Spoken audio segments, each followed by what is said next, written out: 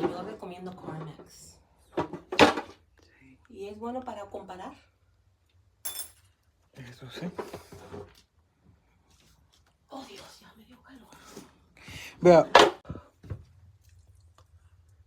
Ah, sí. Sí. Tiene sus seguidores. ¿Cómo la gente le gusta ver? Ajá. Ándale.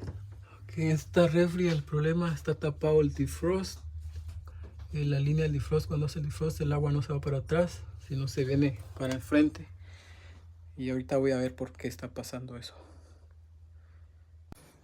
Voy a derretir el hielo con este steamer y voy a revisar la drain line a ver si no está tapado. Eso voy a hacer ahorita. Voy a revisar el elemento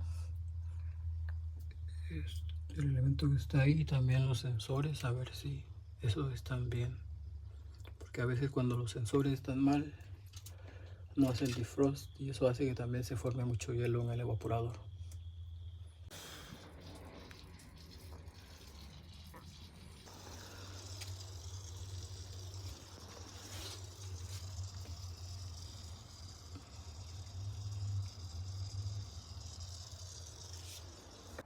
Y si le doy tarjeta, ¿usted cómo la maneja?